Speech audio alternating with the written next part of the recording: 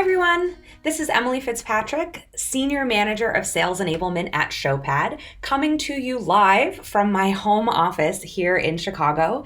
Like many of you, we at Showpad went fully remote this week, and this is the first in a series of videos that myself and Dustin Deno, our Senior Vice President of US Sales, are going to be doing over coming weeks, geared towards helping sales leaders and enablement pros overcome the unique challenges in this new remote selling normal world that we're living in today.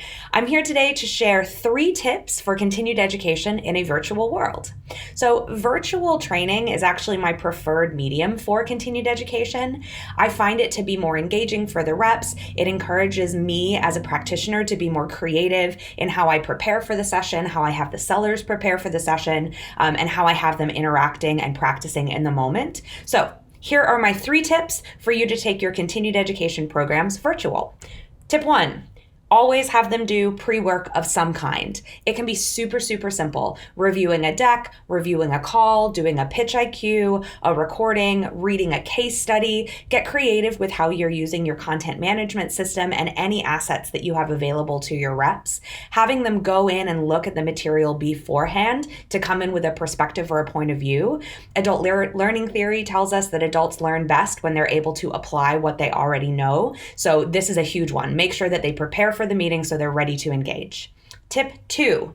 Your virtual trainings for continued education are really just there to facilitate practice. There shouldn't be a lot of knowledge transfer happening in your training session. That will happen pre and post event.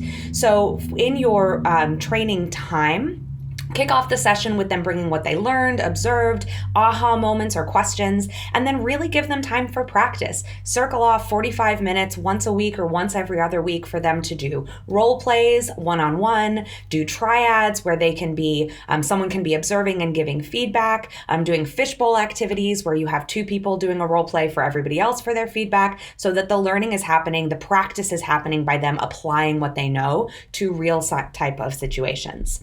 And then my third tip is post-session practice. Practice. So have the reps after a session submit a call. If you have some kind of meeting intelligence software at Showpad, we use Meeting IQ.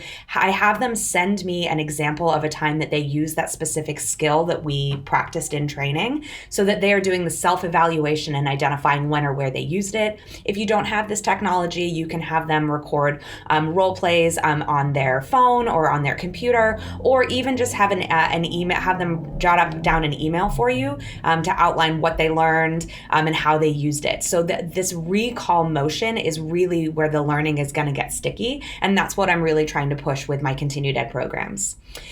So stay tuned. I hope that was helpful. Again, those 3 tips are pre-work, practice, and post-work. Pretty simple stuff, but it can be really effective and you're not losing those learning moments. Stay tuned for my next video where I'll share my experience with remote onboarding. At my previous company, we actually for 4 years ran a fully digital onboarding program. So really excited to share some of my tips about that with you. As always, you can find the latest news on Showpad's remote selling blog to help you enable your remote teams. Thanks everyone.